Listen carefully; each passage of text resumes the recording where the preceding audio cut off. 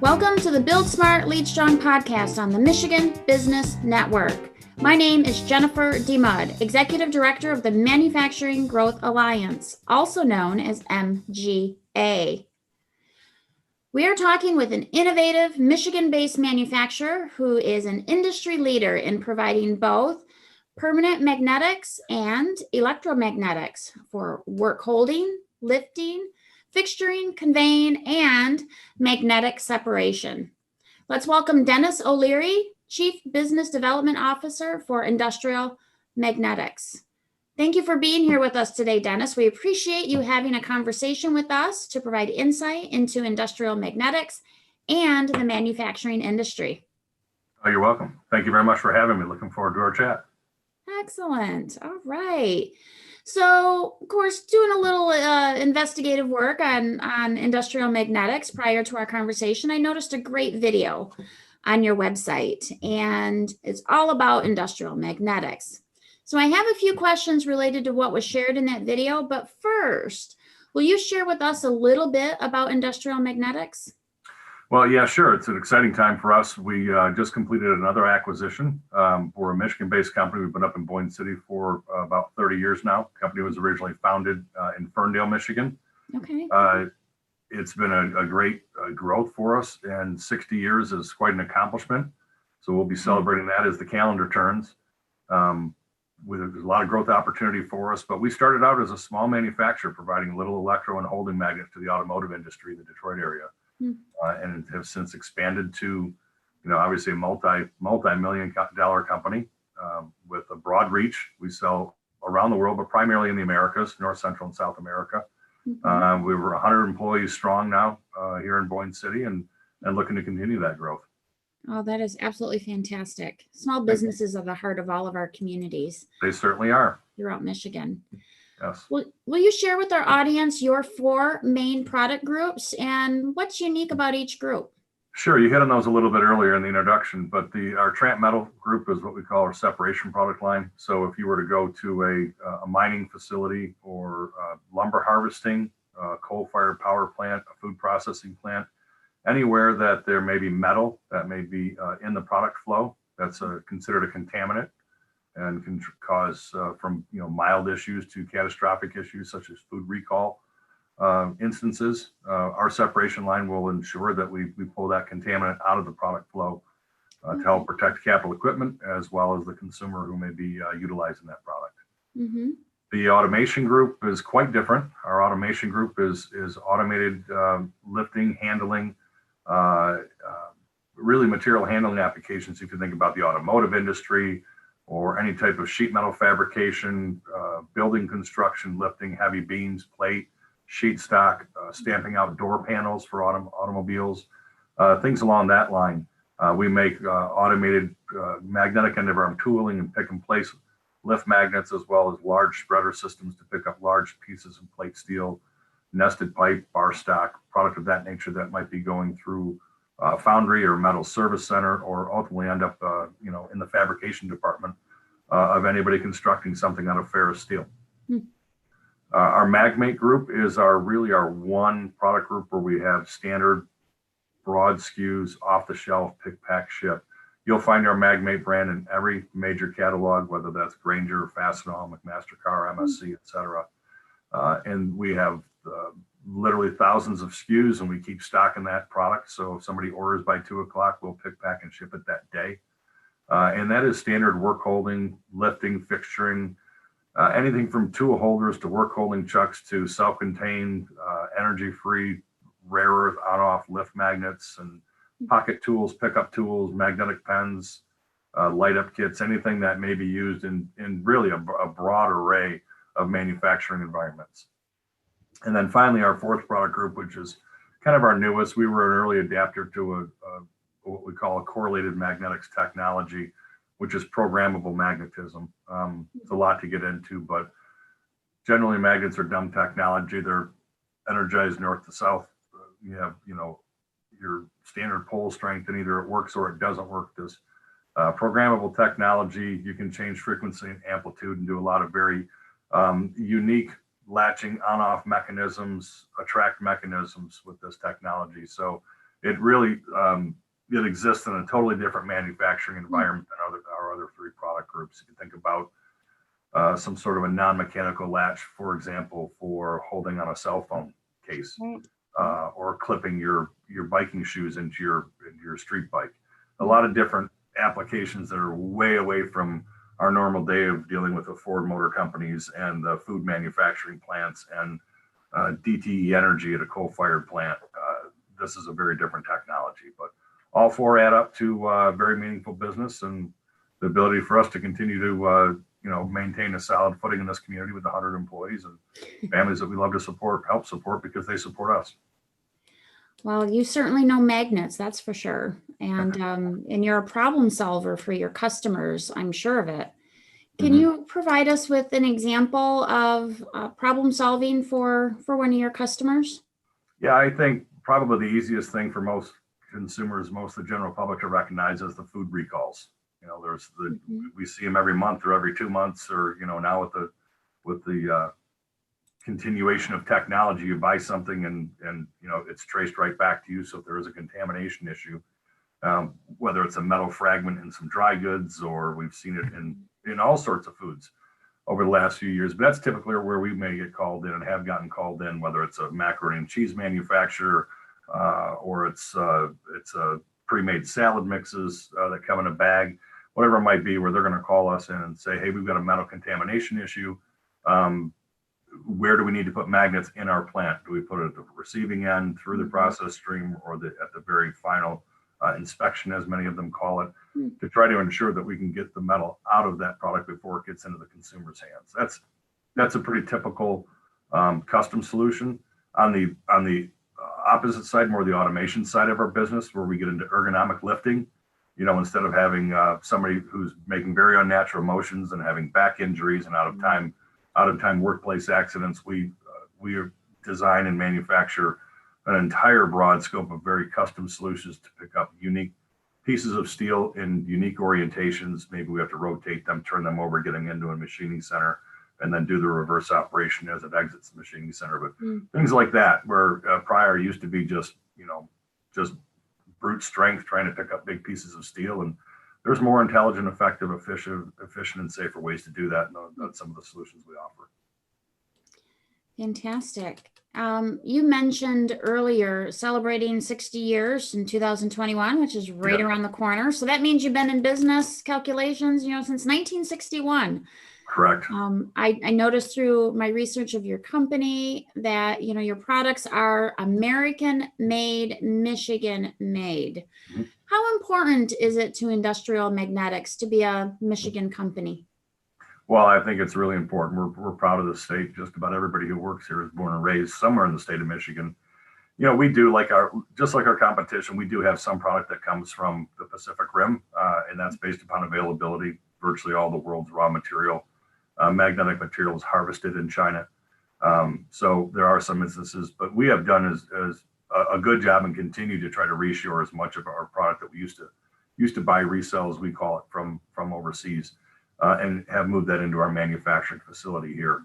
Our goal is really simple. It's strengthen the workforce. We had 70 employees a few years ago, then we moved to 85. Now we have 100. The more important we can be to our community, for our community, and with our community. So we'll continue to grow, whether that's organically or through meaningful acquisitions, like the one that we just completed with the oldest magnet manufacturer in North America, who happens to be celebrating 125 years. Oh, wow. So it makes us look like a kid on the block, but that'll be really exciting for 2021, celebrating 2 anniversaries as we start to integrate that brand into our facility with a 32,000 square foot manufacturing expansion. So, everything's great. We're going to hire another 25 to 30 employees. So pretty soon we'll be up over 125. And it's important. This state is critical to manufacturing nationwide, and all the industries that it's spawned and that it supports. It's a great spot for us to be, and we are in so many different markets, and this state is pretty symbolic of that, from automotive to food to efficient and effective lifting and custom operations that we're able to support. So it's a great place to be, and As we continue to be acquisitive, we'd like to find more Michigan companies that maybe don't have a legacy plan in place for when it's time, for the current ownership to retire, or, have something in place. And we're always here. We're always looking. So 2021 looks to be an exciting year for you. So congratulations to that and your team. 2020, there's been a number of challenges for all business, all sectors, all across our state. How have you navigated those challenges at Industrial Magnetics? Yeah, it's certainly been an interesting year, and one that I don't think anybody wishes to repeat anytime soon. We, like everybody, instead of celebrating St. Patrick's Day, that, March 17th seemed to be the shutdown day for the bulk of manufacturing. We were fortunate in the fact that we've got a number of our top industries that we serve were deemed essential by the federal government. So we were able to stay open. We didn't have a shutdown period at all from a manufacturing perspective. We did lean the office out per the executive orders. So we had a number of people who were working remote or work from home. And actually, we're going back into that phase a little bit effective yesterday. I think I may have mentioned that earlier, but navigating has been difficult. We certainly aren't having a record year. I'm not sure anybody is if they're not tied to the some sort of a health products industry. But we navigated as best we could. We didn't have any layoffs. We had a couple people who were forced to go back to a home situation because they had school-age children and daycare shut down. So, we're a family-first company. We supported everybody throughout, and everybody supported us. We didn't, as I said, we didn't let any employees go. We didn't lose any employees other than the ones that had to take a layoff, which we worked through that with them. We kept everybody on staff, and we kept everybody on full time. So, luckily we have a business profile where after 59 plus years, we're profitable.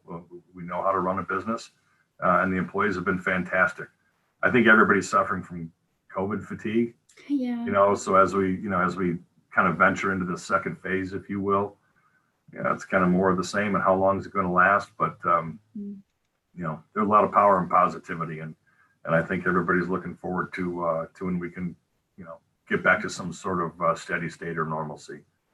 So it's been challenging, but as far as the environment, closing down the doors and having one or two ingress and egress doors, and cutting back vendor visits, and certainly our field sales staff hasn't been able to travel as freely as they would have liked. So a lot of challenges on a lot of different levels. And the one thing that's come out of it is obviously everybody's familiar and comfortable now with virtual meetings and right and how to use cameras and audio. So it's I guess something good comes out of it. Yeah, and it sounds like you have a very strong leadership team, and you've built impactful culture, which we're going to talk about employees and community and culture here in just a few additional questions. What are the biggest trends that you're currently watching for your industry? I think that the probably the biggest trends, I've hit on them a couple of times, would be the ergonomics and the efficiency. How magnets can help a production plant be more efficient, effective, and safe. And we get into this discussion sometimes with people: are we replacing jobs? And we're not. We're trying to make operations more productive and more efficient and safer for employees, and kind of redirect their efforts elsewhere. So that's probably one of the biggest things. And then safety on a whole different scale as you move to the food side, away from ergonomic material handling and things of that nature. The Food Safety Modernization Act and Safe Quality Food, all the different standards that are out there now that a lot of the retailers like Walmart and folks like that are imposing upon their supply chain. So for us to be able to provide a sanitary product or a product that meets USDA standards, so that it can be put into a food processing line. So the kind of the food safety acts and all the adjacency and or ancillary markets that go along with that, having a broad product line where we can address those needs, or at least be able to be in the door because we have that level of customization or quality in our manufacturing, gives us the upper hand, the ability to at least promote the conversation to the next level. Yeah, I hear quite often thinking about, technologies and advancing Industry 4.0 opportunities within a facility. We're not replacing jobs. Absolutely not. You're making them safer. You're making them more efficient. Right. We just don't have to work as hard for as long to get the same outcome, which is efficiencies. So thank you Yeah, for I mean, your efforts. I think the idea from if you're into a dry process, a good like a food goods, I know I keep referring to that, but that's a large part of our business is being there. Not many food processing plants you'd go into where you wouldn't see a magnet, and hopefully an industrial magnetics magnet. There's a lot of competitors out there, but um, the idea isn't to eliminate the work. The idea is really on the other side, the material handling side, where there's a big opportunity, is eliminate the grunt work and the dangerous work. Right. Right? Right. You got quality employees who have a lot more skills than just picking up big heavy pieces and moving them from point A to point B. So let's help them find a better way to do that, and then use their intelligence, use their skills to make their entire operation better. Well, you have me convinced. So I'm glad you're sharing that for our viewers. Good. Do you need any magnets?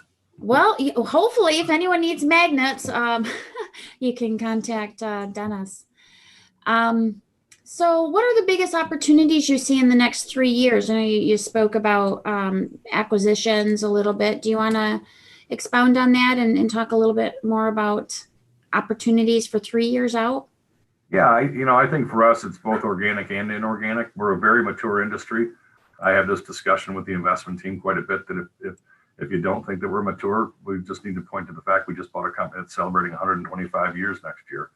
So, we've a lot of our industry's gone through that second stage growth and that big burst of growth. So for us, it's what's that next big thing out there. So and I don't know what that is yet. We've got some things on the drawing board, but it's that idea of coming out with that next generation, that disruptive technology that can set us apart from kind of the noise in the marketplace. So I think that's important for us, is always trying to be innovative. Complacency just means you're kind of taking a step backwards. So, normalcy for us is we've just got to keep looking ahead to try to be that disruptive market leader.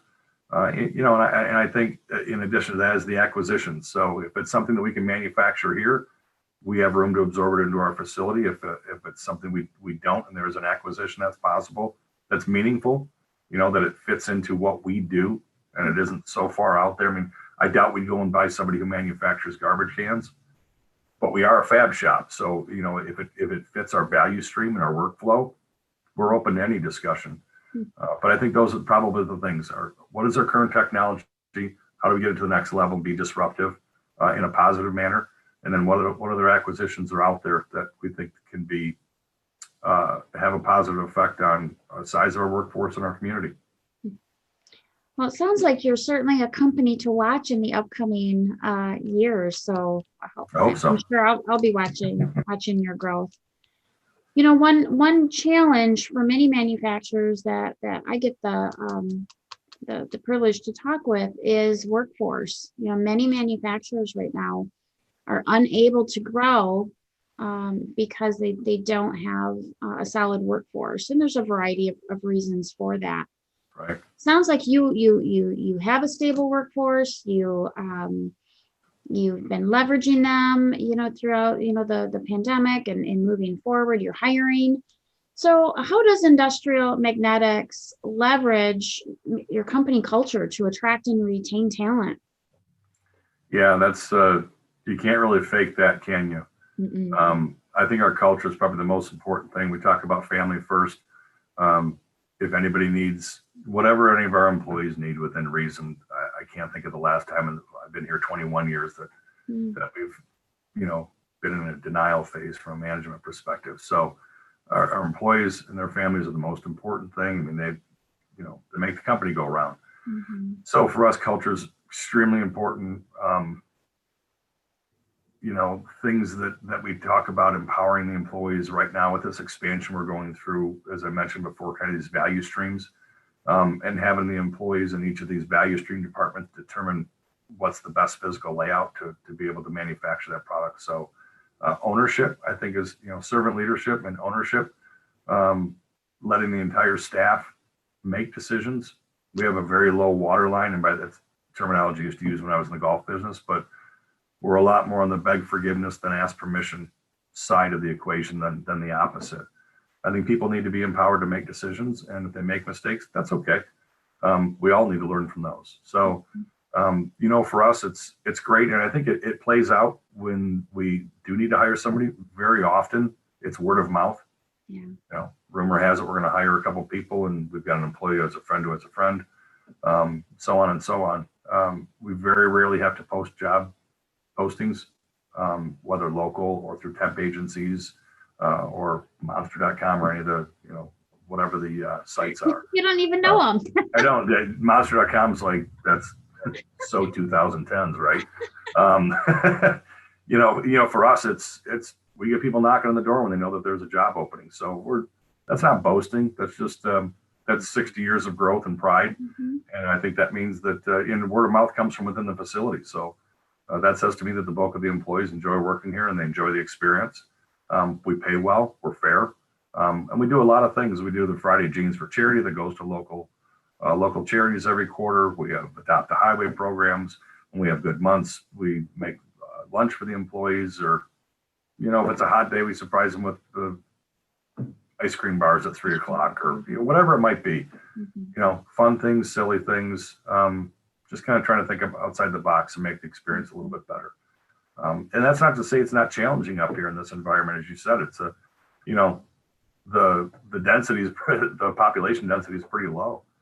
So we're looking to bring 25 people on. There's a manufacturer down the street that's looking to bring 100 people on because they're moving their facility from one area of northern Lower Michigan to over here. So we're all going to be trying to poach from the same tree. Mm-hmm. And we've got to make it as attractive as possible. And that's what we try to do.